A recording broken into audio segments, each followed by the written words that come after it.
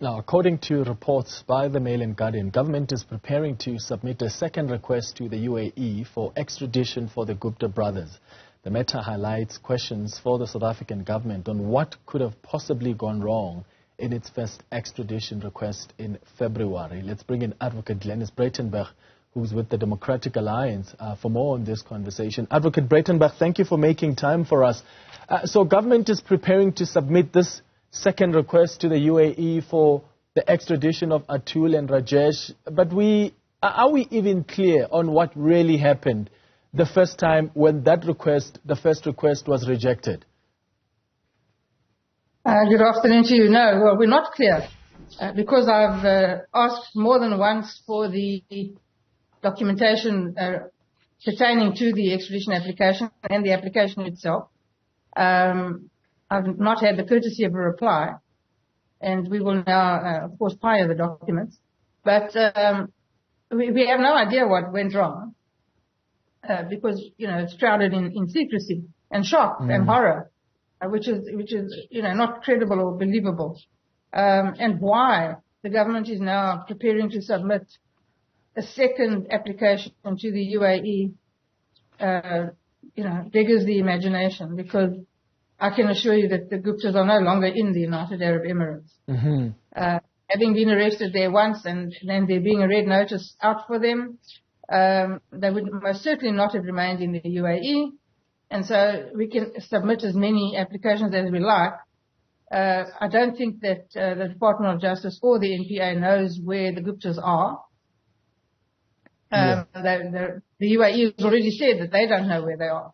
Yeah. So to assume that they're there is fallacious, and I don't think anybody knows where they are.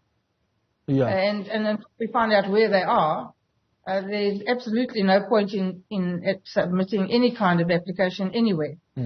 Some government must obey the red notice when they cross a border. They must be arrested. Then we must be informed. And once they're in custody, we must make our extradition application. And until then, this other stuff is a complete waste of time and misleading. Mm-hmm. I remember the minister saying the application, that initial one, was denied on technical basis, even though, the NPA head, Shamila Batoy, had said that they complied with all technical aspects and ticked all the boxes. But, there are still so many key questions on South African minds, like even whether or not the Guptas were actually even arrested, because the Justice Minister said that the only evidence they had that the Gupta brothers were ever arrested was that note verbal from the UAE, and that's the only evidence that they had. So you're talking about how we don't even know where they are right now, but the other question is, were they actually even ever arrested as we were told? Well, we don't know. I don't think the minister actually knows whether they were arrested or not in truth. Information is that they were arrested, but that information is as reliable as the information is that the extradition application was done properly, well, and met all the requirements and was turned down months before we were informed. It's as reliable as that. So I would put no stock in it. And until we actually know where the Guptas are, there's absolutely no point in drafting these very voluminous applications or submitting them to anybody. But we should also bear in mind that the government, in all probability, doesn't want the Guptas to come back. If they do come back, if they're arrested and they're successfully extradited and they come to South Africa and stand trial, you and I can only imagine what stories they have to tell. And believe me, when the prison doors start opening for them, they will tell those stories.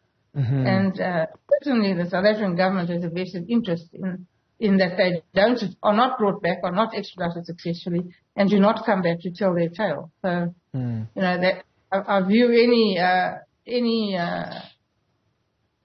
affirmation that an extradition application is in the pipeline with a huge amount of skepticism. Yeah.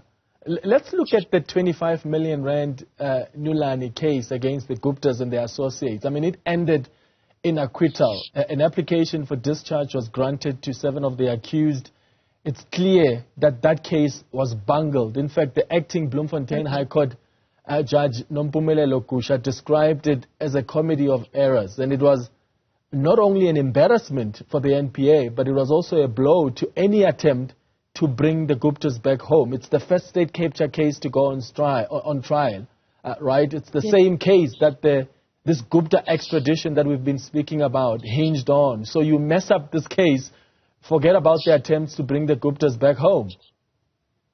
Yes, that case was a complete disaster from beginning to end. It was very clear that it was poorly prepared, poorly presented. There can be no plausible reason for that. There can be no good reason for it. So the information that was available about that matter has been in the public domain for many years.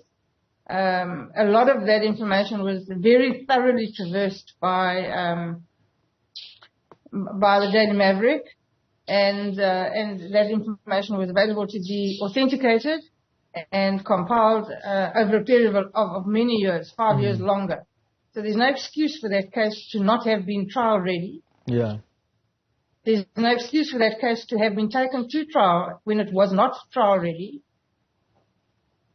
We've not heard of any consequences for this bungling of the case. Yeah. We know that the prosecuting authority has appealed it. Whether that will be successful or not remains to be seen. These types of appeals are not often successful. And should they lose that appeal, well, you know, that will be a very severe blow for any credibility of the NPA. So I sincerely hope that their appeal is well founded and you know, bears some merit. Yeah. So is it worth? But you're correct that losing that case is a severe blow to any kind of attempt to bring the Guptas back. Yeah. Which then brings me to the question: is it worth the Department of Justice sending this second request to the UAE for extradition when the case that extradition hinges on is still not solid? Well, you know, unless the Department of Justice and the National Prosecuting Authority are actually sure that the Guptas are A, in the United Arab Emirates, and B, will be arrested and kept in custody pending an extradition application, a second one, there's no point at all, and it's all just, you know, hot air. And I don't believe that either institution knows where the Guptas are. And so I don't believe that there's any credibility in an application now to the UAE. And it would be quite pointless, a waste of time, energy, money, and effort to make such an application. It makes absolutely no sense to make an application unless they know where they are. Well, Advocate Glynnis Breytenbach, thank you so much for chatting to us this afternoon.